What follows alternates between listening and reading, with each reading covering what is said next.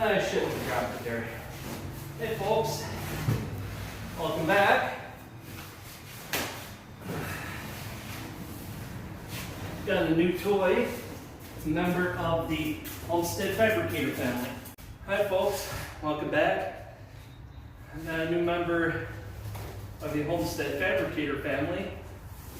The welder I ordered about a week ago. It's now, I think, June 26th.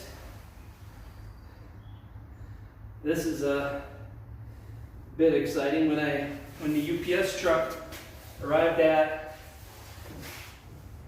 pulled up in front of the house, I jumped up off the couch like a kid on Christmas morning. Like, woohoo, Santa's here, time to open presents. Or something like that. So, the guy in the brown truck delivered this.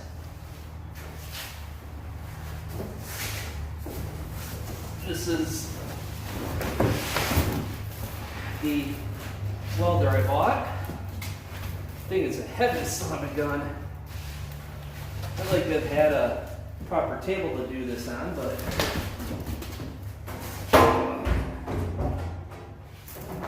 whew, that's a heavy one. See if it'll fit on this little itty-bitty cart. I don't think so. There's no way it's going to fit on that cart.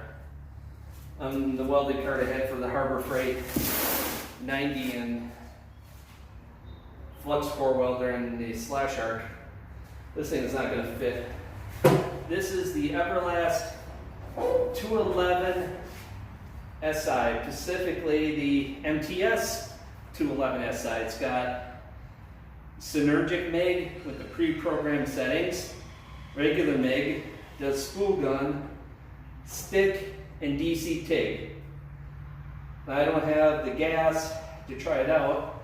Today, that'll be by the end of the week, I should have gas to try it out. Gotta get to the gas supplier. And gotta get MIG wire, so I can do better welds than flux core will do for me. I could run flux core in it today, but I don't have the drive holes for flux core, so I'm gonna get this machine off to the side and get the accessories up here. Time jump, folks. Just finished doing the other video first, the assembly of this cart. It's a proper place to show off this welder on. And see the various duty cycles for the different modes, 120 and 240. Let's see. Stick is 40% at 100 amps, 60% at 80 amps, whereas at 60% on 240, this does 130 amps, so that's 7018 1/8" rod welding at a pretty damn good clip. It's probably going to wear you out keeping up with that pace. But that's rated at like 104, 110 degrees or something is what these are rated at. So it'll do a lot more TIG. I'm not worried about that for now. Then you have the MIG on the top one. That's the one I'm going to be using the most. 40%, 125 amps. That's basically 1/8" material. 1/8" to 3/16, depending on how far you want to push it. Well, with flux core, you could probably do 3/16. With MIG, 1/8", I say. So yeah, it'll do just fine for now.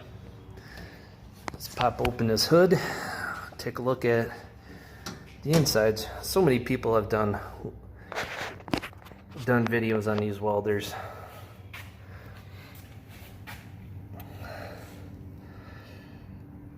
Let's see, I'm trying to see where these lines are for. Okay.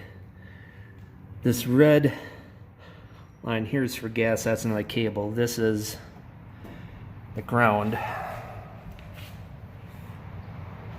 So I gotta read the manual. Okay, here's the for the MIG for going from from MIG with shielding gas to flux core. That's what that's for, I'm sure. All right, got looks about right. I got the. I don't have any wire to put in here yet. I'm gonna be doing primarily MIG with this one.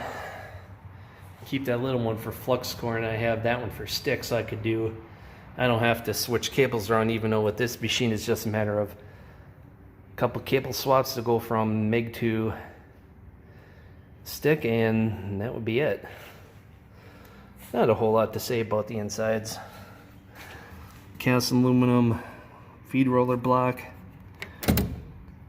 Tensioner, it's got a single feed roller.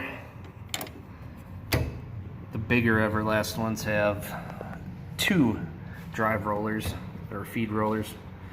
I'm not quite sure what the proper term is, but yeah, overall it looks pretty good. If you heard that noise, that's the neighbor firing up his truck. I don't know what these are for. Oh, that's to hold stuff in place. Like this piece here. We'll hold that in place, and okay, I see. Interesting. Alright. Well, not a whole lot to do except take a look at some of the accessories. Okay, onto the accessories. MIG gun.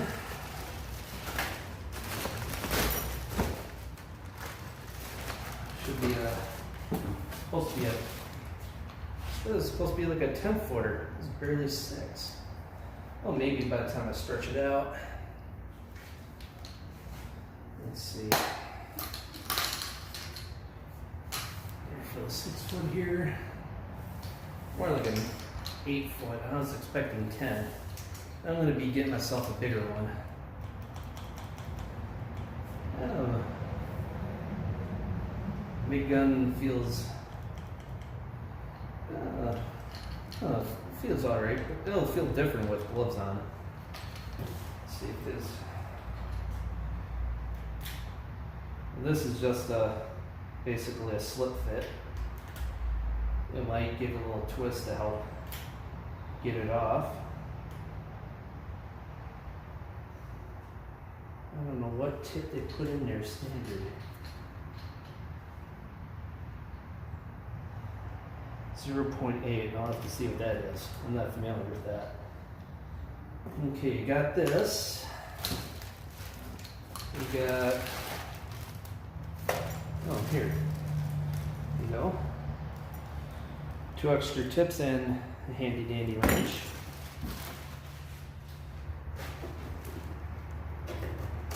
The flow meter regulator is pretty solid.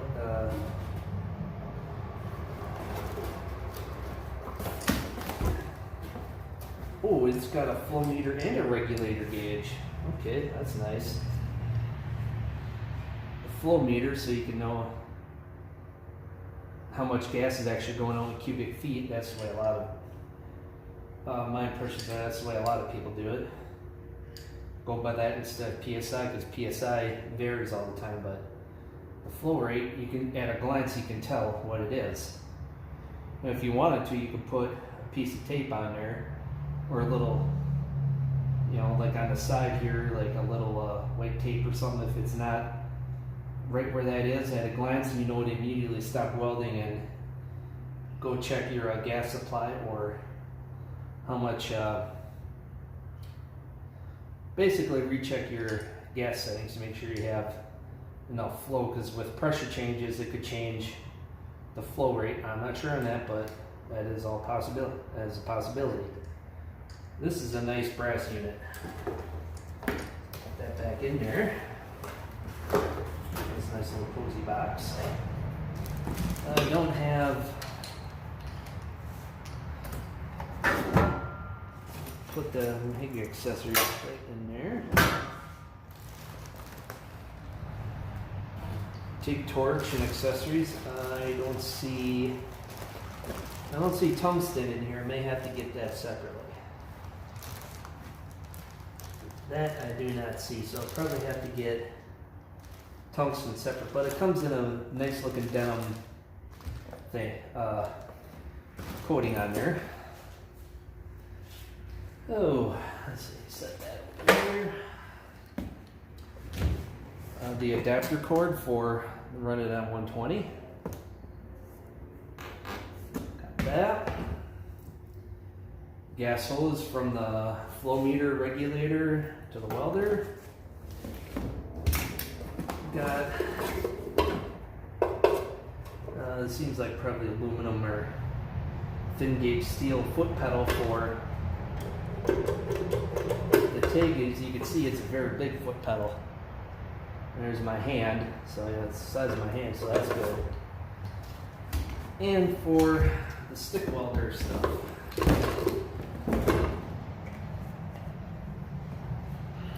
Let's see.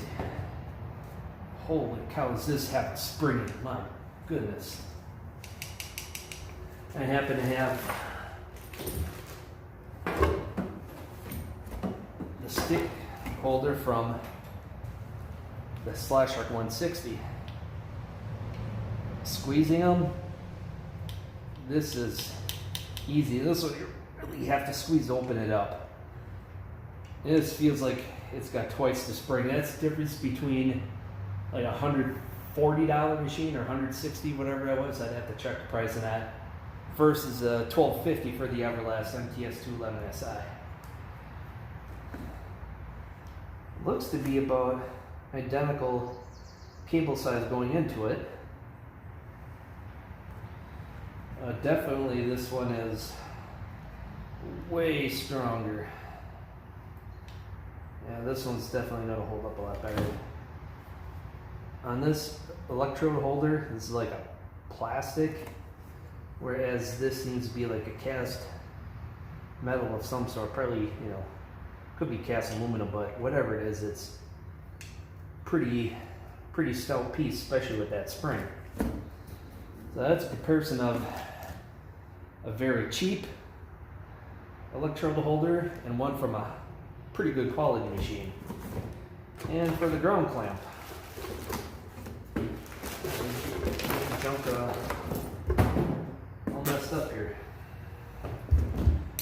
Got a proper copper strip going to both sides, which is nice. Some use a braided copper. And where did I put the... here's a ground clamp for the SlachArc.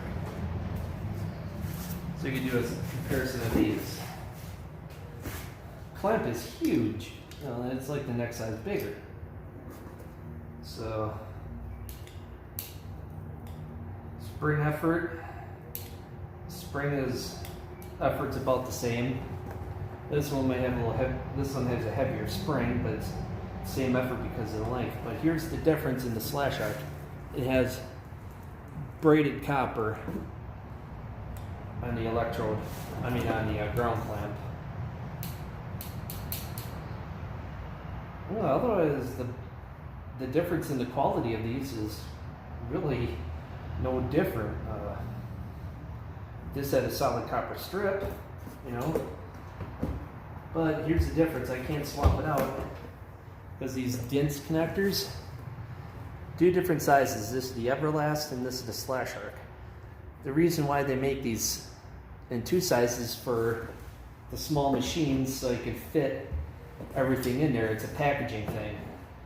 You can only fit so much stuff in a small space, and that's why they put on small DINS connectors. Otherwise, if they had the same, I would just run this ground clamp because, you know, it's a bigger ground clamp, a little better reach. But yeah, ground clamp is equal basically for all effective purposes between the cheapo machine and the good one. So yeah, that's the only real difference in. And the stick electrode holder is the same. Oh, that's the. Oh, I got everything mixed up here. Yeah, the stick electrode holder also has the large dense because, you know, when you're swapping DC positive and negative, you have to have the same connectors on the ground clamp. So, nothing groundbreaking, earth-shattering there. Other than that, and that's just a quick overview of all the bits and pieces of the Everlast MTS 211 SI. Got everything you need except gas, tungsten, I think, because I didn't see it in here, and tungsten filler rod. Gas, either C25 for MIG, argon for aluminum or TIG. So then I need solid MIG wire, so I can fire this thing up and try it out. So that'll be in the next video. I might just step right into a project with it. So till next time, folks, take care, get out there and build something.